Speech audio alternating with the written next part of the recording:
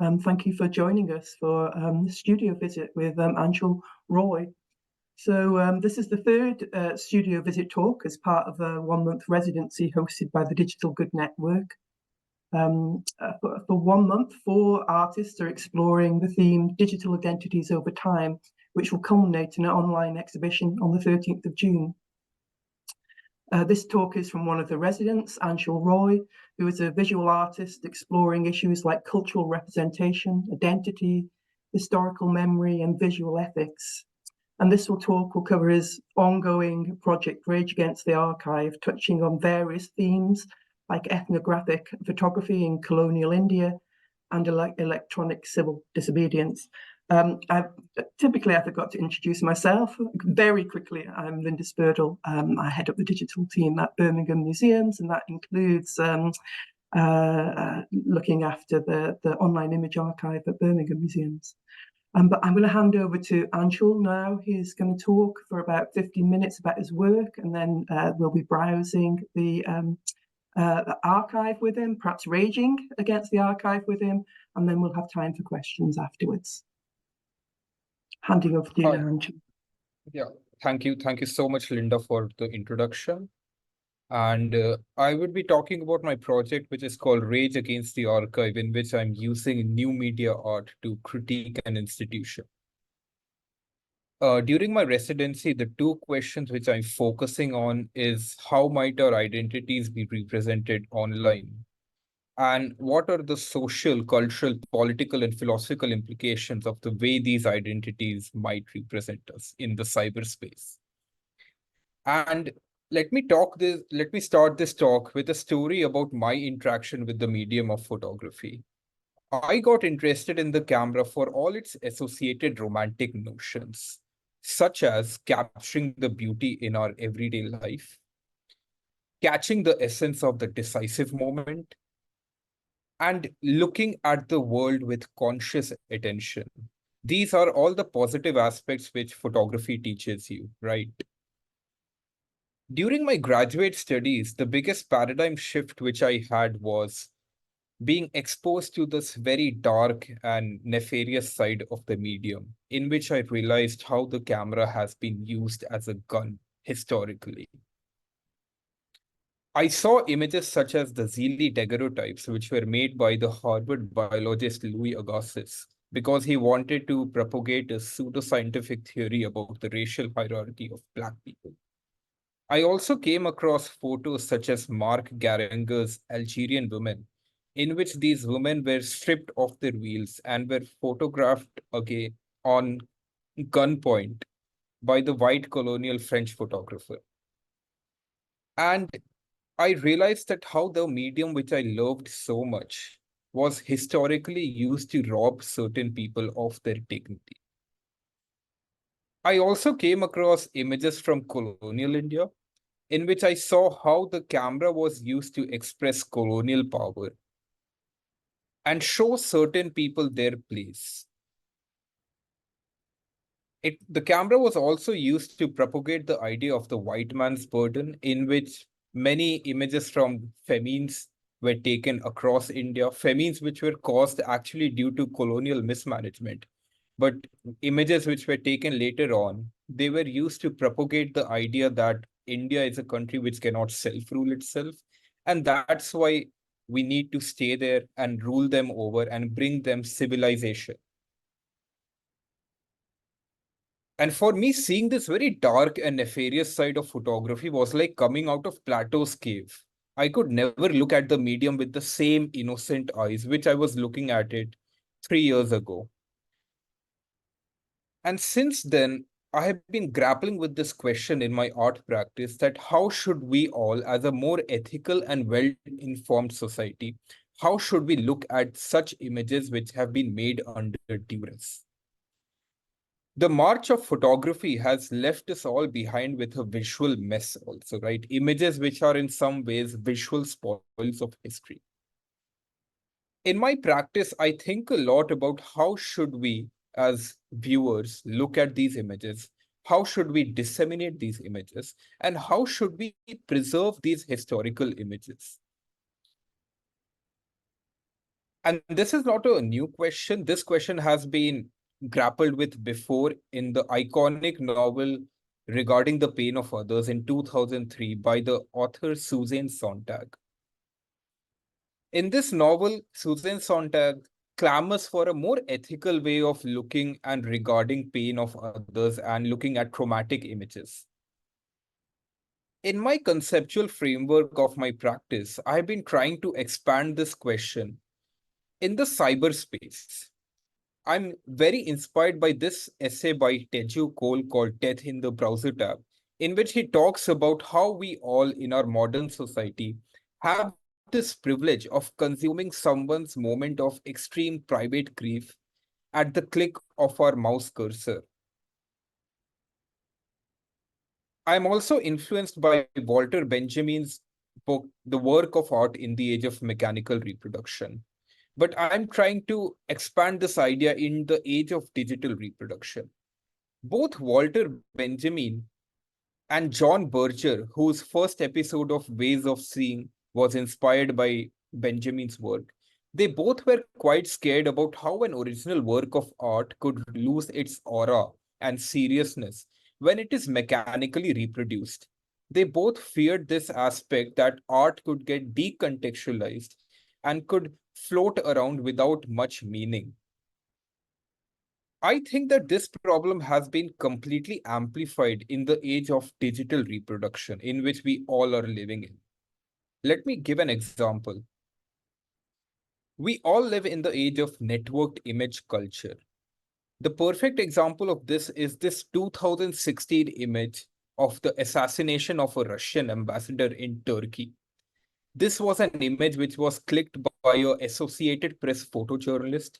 A news photographer clicked this image of assassination, and within minutes of this image being uploaded on Associated Press Twitter page, it became a viral meme. It instantly became a dank meme which floated around the cyberspace, losing all its original context.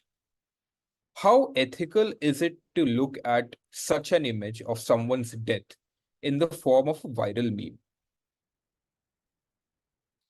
The basic argument in my practice is that it is one thing to look at such an image with proper AP style caption in a newspaper, and it is a completely different experience to encounter this image of someone's pain in the form of an internet meme. And hence, the fundamental bedrock of my art practice right now is the notion of the contemporary photograph existing as a HTML tag. As an artist working with photography in the 21st century, I really want to confront and grapple with this new reality of images in which most images exist as abstract, intangible codes, as computational objects on a digital screen. The image does not anymore exist as a print that much as compared to a computational object. And I, as an artist, really want to respond to this new reality of images in my practice. And again, my very specific interest, which began this project, was 19th century photography in colonial India. And during my research, I have been encountering images such as this, which is an image of a famine-stricken family who, at the worst moment of their life, were reduced to a compositional motif by this photographer called Willoughby Wallace Cooper, who was a British Army photographer. I'm looking at this image in the archives of a museum as a historical object. This image also exists online as a fine art print. For $500, you could also buy this image of a famine-stricken family as a fine art print.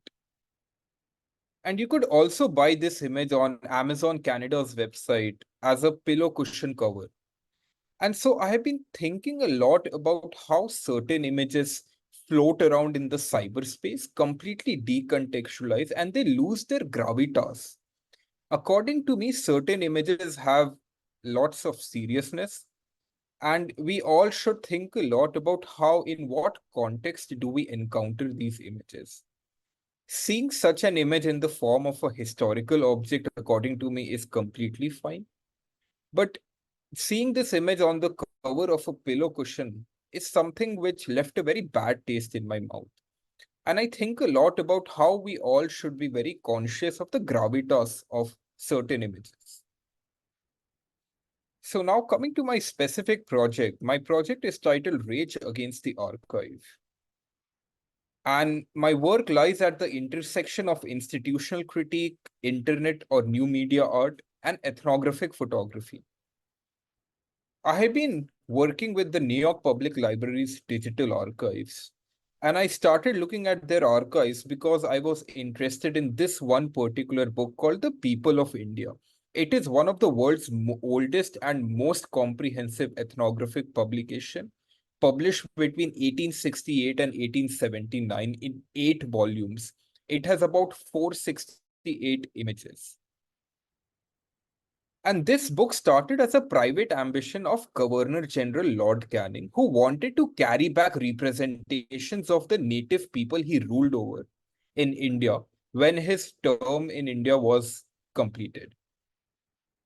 And even though this started as a private ambition of this Governor General, in 1857, India had something called the First War of Independence, which the Britishers termed as the Sepoy Rebellion. This was the first direct challenge to colonial rule that the Britishers faced, and they also faced lots of casualties on their side. And this completely scared the imperial government. They were scared that we are unable to rule these people well.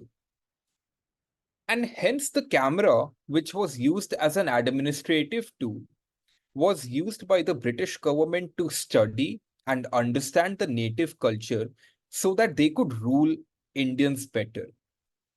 The camera was employed as a very instrumental tool for control and power in between 1868 and 1875.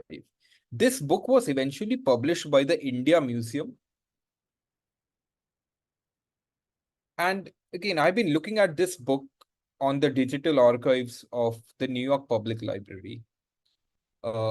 And when I was looking at this book and exploring their digital archives and their website, I found it very surprising that these images, these highly problematic images, could also be bought as fine art prints and wall murals and all other things. I mean, just think for a second. This is a famine-stricken group. These are people who are in some ways at the worst moment of their lives, on the verge of starvation. And I found it very surprising that the New York Public Library was also rendering these images in this form. They were selling these images on their website. And I knew that this problem has a very simple solution, which is to go to the actual archives and talk to them instead of making art. I have done that. And at least the person I talked with did understand my concerns and said that, okay, we'll talk to the web development team. But nothing actually happened, even after writing so many feedbacks on their website, emailing, nothing actually happened. And then I thought that, how should I respond to this problematic way in which this digital archive is functioning? How, as an artist, should I respond to this way of looking at these images? And the eureka moment which I encountered in my practice was realizing that the web browser can be a canvas. I thought that if it is the HTML code of the website which is rendering these images in this highly problematic manner, why should I not interject with the code itself to symbolically alter their website as a form of protest?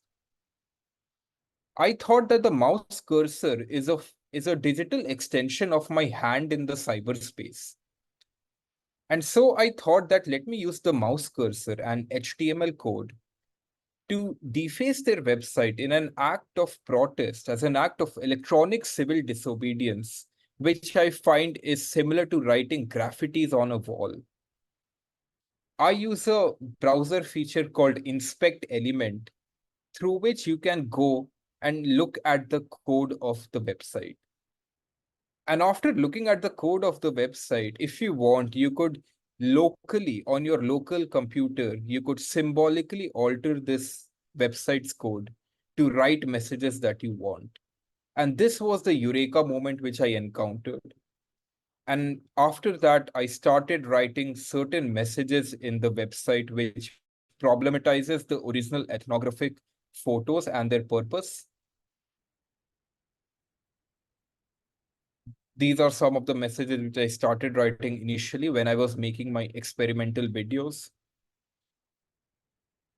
And I was also interested in activating the archives with using inspect element. I was interested in looking critically at archives also. Archives masquerade as sites of objective memory preservation, right? But whose memory do they preserve? Archives are very constitutive of fragmentary nature, right? It's only a one-dimensional memory of things that have been recorded by history's victors.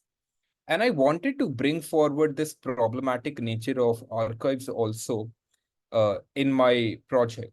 So these are some kinds of messages which I used to write in my videos. This is how I used to go back again to the underlying code, the bare bones of the website, and I used to mess around with it.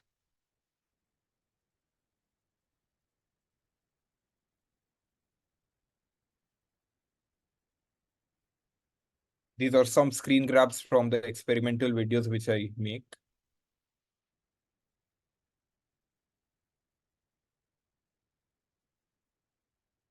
And let me just quickly show you a snippet from my video, just so that you could understand how this all works. This is one of the videos which I have made, in which I scroll around the digital archive, I look at it.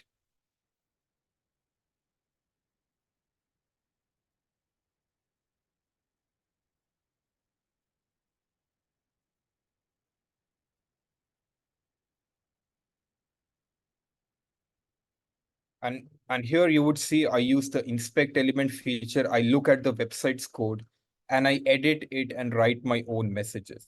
This is how you can talk back, or how you could activate a digital archive. And I question whose memory does an archive preserve?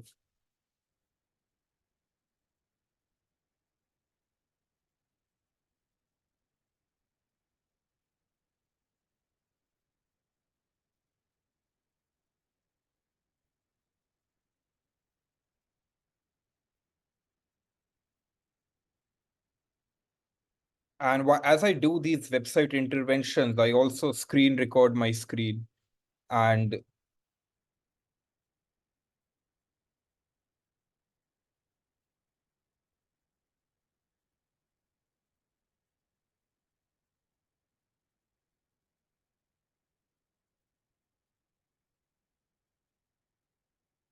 so again, I'm very interested in messing around with a historical object which was made in 1868. It was digitized in 2014.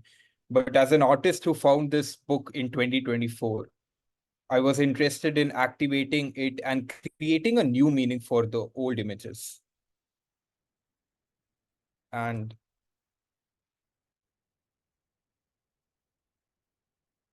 this is how my work right now exists in a gallery space. I generally prefer showing it on a laptop screen, because the whole idea of the laptop screen as the new window to the world is very important to my practice right now. Again, this is a single channel video which is shown in a gallery space like this.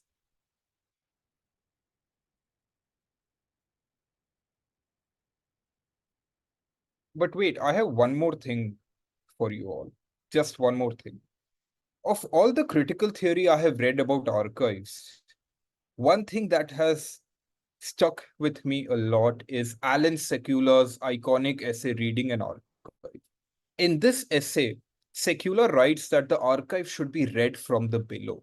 It should be read from the position of solidarity with those who have been displaced by these machineries of progress.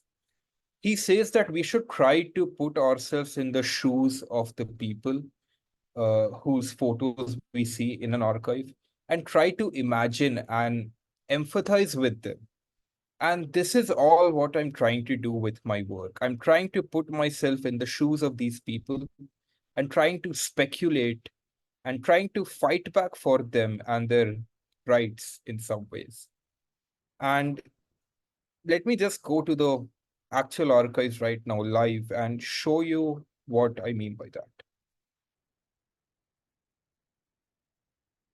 So again, here I am in the New York Public Library's digital collections. They say that they have around 900,000 things which have been digitized and available freely. They're also aware that their collections have certain images which are serious and could be harmful for some people. So this is an organization which does realize the gravitas of certain images they possess in their collection. And this is the book which I was dealing with. It's The People of India. And honestly, ever since I opened the first page of this book, this gaze has haunted me a lot. This is an image which was made in a place called Bhagalpur. And ever since I read this, it got personal for me because I was born in Bhagalpur, in my maternal grandmother's home. This is a place where I have spent some of the best days of my summer vacations and some of the best days of my childhood. So I thought that this could hypothetically be a person I might have known had I been born 150 years ago. Hypothetically, there was also a possibility that I could have been this person had I been born 150 years ago. I would have been facing the colonial photographer and his lens. And ever since that realization, this gaze has always haunted me. And I think a lot, and I still do, that what was this person's hopes and dreams? What did he want from his life? This is a person whose name also we don't know. He has been reduced to a type. The archive has completely suppressed his memory, and we don't even know what did he think. How was his interaction with the medium? Was he scared?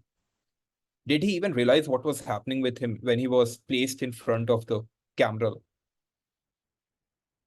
And this book contains so many such images in which you could see that the subjects are protesting. They are looking angrily back at the colonial photographer.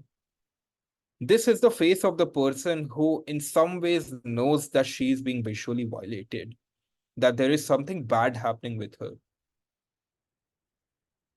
This book contains images such as this young kid who again stares back very angrily.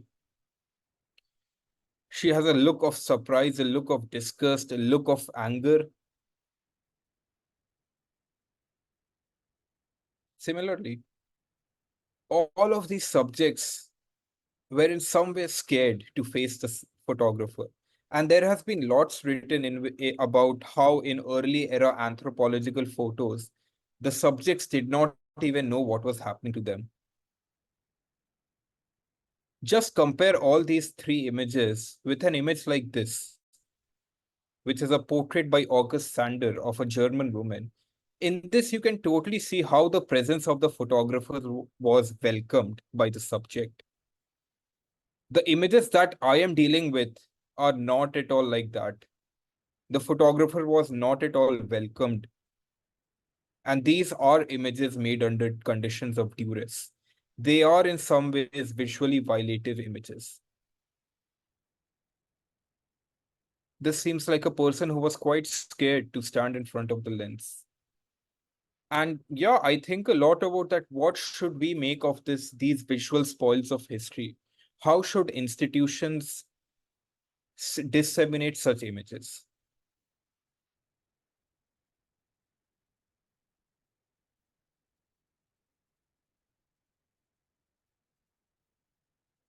This is one of the images in the book People of India, in which you could see a white person in front of these so-called primitive tribes. And the whole idea was to express colonial power. Similarly, you could see this very typical anthropological image in which these people have been labeled as primitive tribe.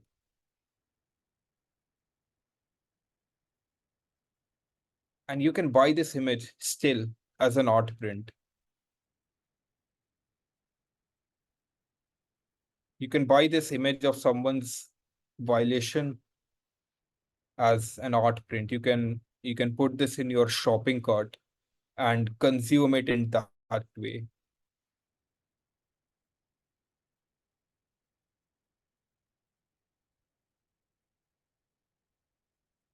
These are images from a primitive tribe who were detained for a week in jail just because the photographer was busy, and they just wanted to make them wait for the photographer.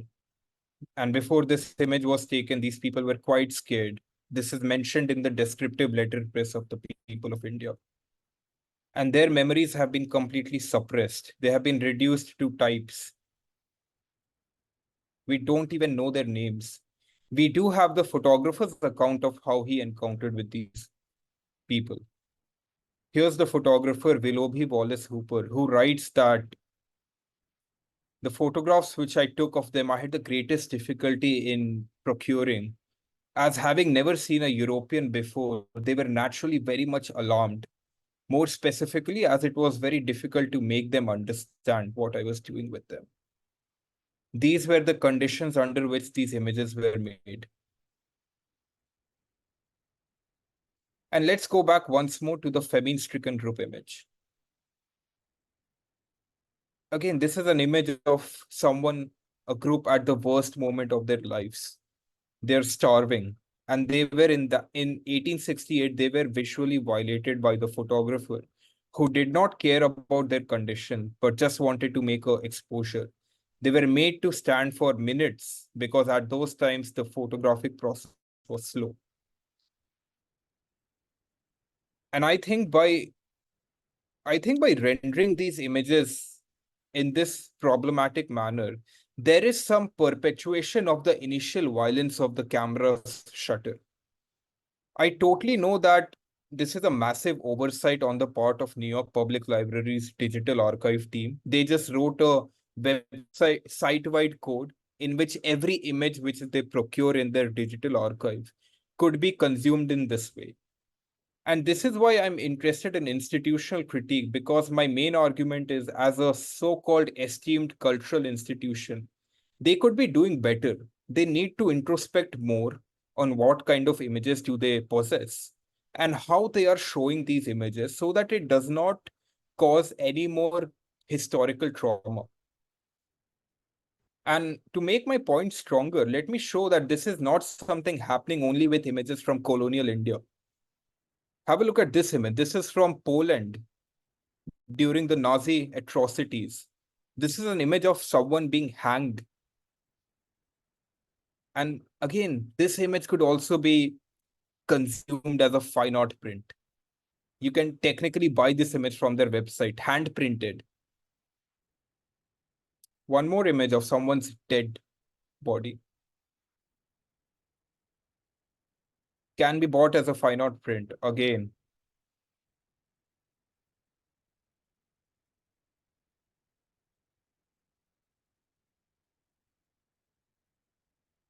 and to me, this was such a jarring juxtaposition, right? I mean, image of someone's worst moment of their life, image of someone's death and pain, juxtaposed against this very beautiful image of Berenice Abbott taken in the Grand Central Station. You see how an archive can flatten certain images and make them lose their gravitas by equating two unrelated images. This is what's happening in New York Public Library's digital archives right now. This is also something happening with ethnographic images from Africa. These are typical mugshot-like images taken in the African continent of the black body. And you could also procure these images as fine art prints. And I personally think that this is wrong. This is aestheticization of someone's suffering by the digital archive, and it should be stopped. And that is why I am making this art. And let me show you what I have made recently. This is a Google Chrome extension called Rage Against the Archive. It's freely available on the Chrome Web Store. And once you add my Chrome extension in the browser,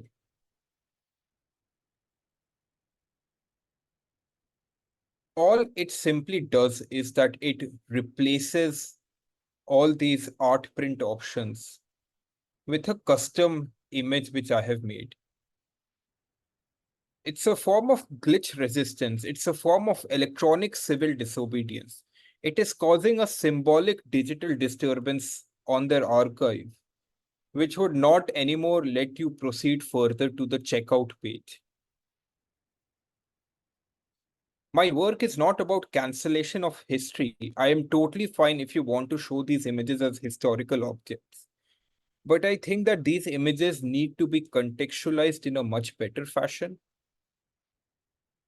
And we need to think more deeply about how we, as a more ethical society, disseminate and show these visual spoils of history, which the march of photography has left us with.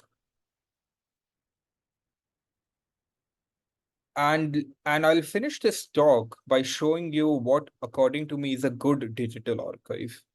What should be done, or what's a more ethical way of showing such kinds of images. This is Yale University's digital archive, their genocide studies program. In this archive, they have images from the S21 prison, which was a concentration camp in Cambodia.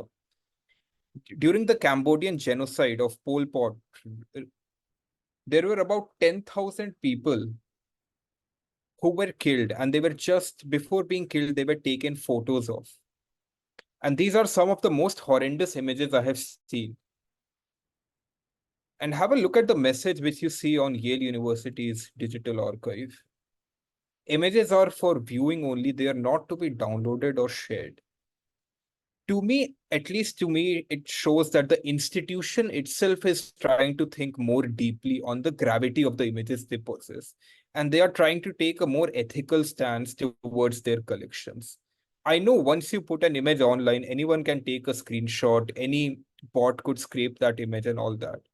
But this one sentence shows to me that the institution at least is thinking more deeply and trying to be on the good side.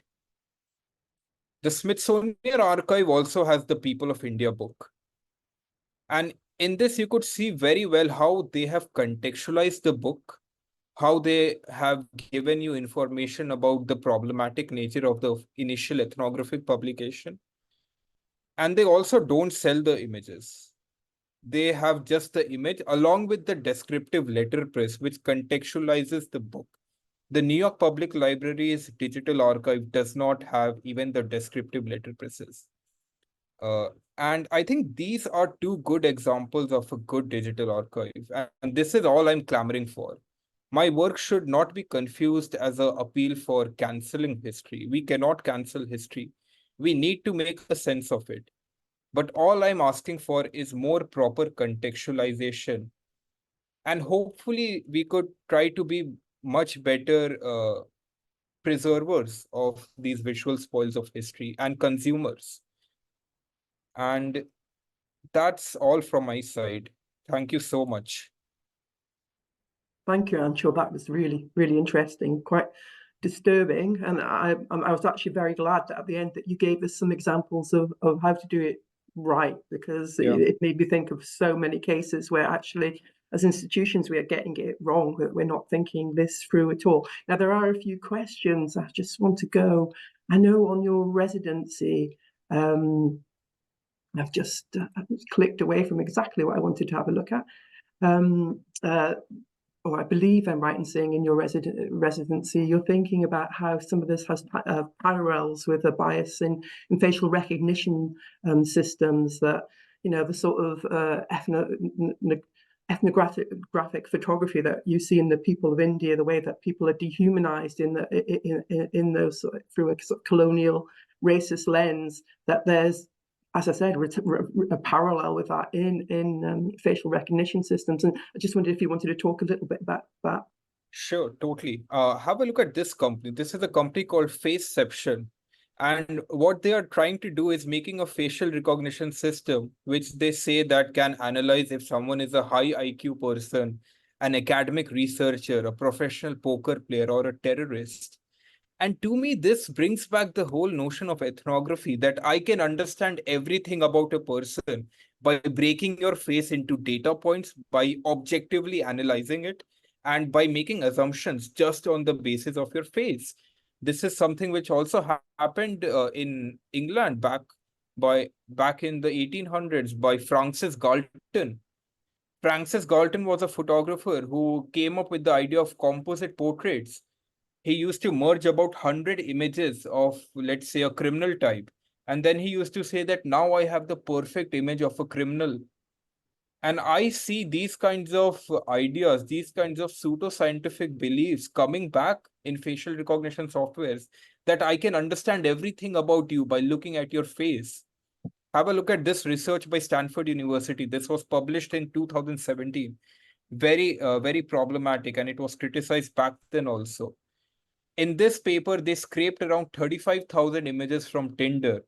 And these people said that we have made a homosexuality detection facial recognition software, which can detect with 85% accuracy whether someone is a homosexual or not. And to me, it brings back all those problematic notions of ethnography, that I can understand. All I need to understand and make assumptions about you is just your face. And I can break your face into data points, and I can understand everything I need to know about you. And they also have this belief of objectivity, right? But yeah, I think a lot about these things, and I'm actually working on a facial recognition software during this residency. I'm making a data set for now, but I'm very interested in exploring how all these pseudoscientific beliefs are again re-emerging. And I also hate technological positivism, this whole notion that new technology would give us all the answers, Yeah. which is something I see a lot in facial recognition softwares. Uh, so yeah, there is definitely a conceptual parallel. I'm totally reminded of Francis Galton's composite portraits. Thanks for that, Anshul. I'm just going to ask some of the questions that have popped up.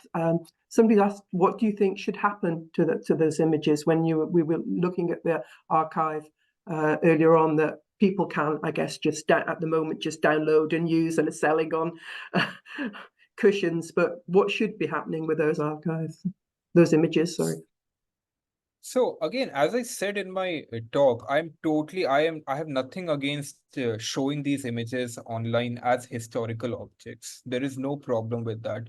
We need to see these images. We need to preserve history, and archives do play an important role of preserving information. But as I said, I think there is a need to introspect more deeply on our own privilege of being able to look at someone's pain at the click of our mouse cursor. And also for institutions, definitely, I think they should think more deeply on how they are disseminating these images, how they are preserving these images, and how can they take more better digital care. Yeah. So yeah, these images should definitely be shown. Please don't mistake my work for cancel culture. Thanks, Anshul. Somebody's asked that why in your films you're wearing a Yeah. balaclava. Is there a significance to this? So it's actually inspired by my mentor also, who is Ricardo Dominguez. He actually coined the word electronic civil disobedience. But I also had this stupid idea of creating a performative spectacle of a hacker man, basically. So might be a stupid idea, but yeah, it was inspired to create this spectacle of someone, actually a masked vigilante going back to the code, or a hacker man going back to the code and doing all this messing around. This kind of, I guess, relates to my question that I was going to ask you about. So the role of the artist, or archivist, working against institutions, and actually, is it possible to make change? Because there have been artists working in this area before, and often I see short-term things that happen, but then there's a return. There's interventions, and then there's a return to how things were. So I just wondered if you Yeah. think it is possible to make a change. So with my work, I totally want to make a change. I have applied for a fellowship at the New York Public Library, whose results would come by the end of May. So I'm totally inspired by Fred Wilson because I really want to collaborate with their team. I really want to make them think about their collections, and I really want them to actually change their website. My work has a very well-defined goal, and I'm hoping to get that fellowship so I could work with the archive team and make them change. So with my work, yes, I totally think I can make a change. But if you ask the broader question that can art do actually anything? Does activist art do anything? I think the best thing art can do is that it can change the minds of people. That's all I can do as an artist. If I can make you think differently about someone's pain, or if I could make you question some pre-assumed notions which we all have, I think art really does that work really well. I also think about this question a lot, that how does the work of an art historian differ from an artist? And I think the answer is that as an artist, I have the freedom to imagine, to critically fabulate, to speculate, to do all these kinds of weird stuff like website interventions and wearing a ski mask and making videos. And an art historian, I think, is limited to the texts and to the resources which they have, and they have to be objective. And the other thing which art can do, which a research paper can never do, it is hopefully to pull the strings of heart of people. I'm trying my best to make people actually be in the shoes of the subjects in my photos and think for themselves that how would they feel to encounter a photographer who completely dehumanizes you. And I'm trying my best to make people go inside the shoes of these people and think and have some emotions and try to read the archive from the position of those displaced. And I think this is where art can do something which an art historian cannot do. Thank you. I think that's a very good answer. The final question, which hopefully I have time to answer, is do you know if these types of violating images are still taken and stored in archives such as this? uh I mean, obviously, these kinds of violative images are still being taken. Like, just have a look at what's happening in Gaza, and and just have a look at how the IDF soldiers are using social media to not just after killing these people, they are making photos which are mocking the victims. They are wearing their clothes, they are burning their libraries, and they are circulating these images in the social media. So I'm sure these images would, in the future, be preserved in archives also. But the takeaway which I want you all to have is that all my arguments could be applied to any image of pain, which we all see nowadays. And we are all so desensitized, right? Think of all of my arguments the next time you see the dead body of a kid on your Instagram and you have the privilege of scrolling down to a cute cat picture. But for someone else, that image is not just pixels on a screen. For someone else, that is an extreme moment of private grief. Those images meant a lot to someone else. And we should try to think of those people. How these are not just codes on a screen.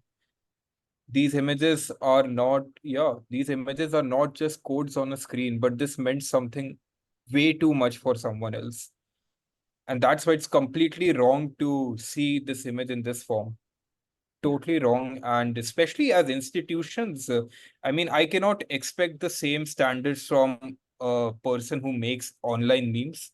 But institutions such as museums and archives are said to be cultural icons, and they should definitely be doing better. But thanks, Anshul. I know it's about to stop now, so I just want to thank you Yeah. so much. That was absolutely fascinating, Welcome. and I Thank have so you. much to go off and think and read about. So yes, Thank thanks you. so Thank you much so for the much. talk. Thank you. Thank you so much. Thank you for coming.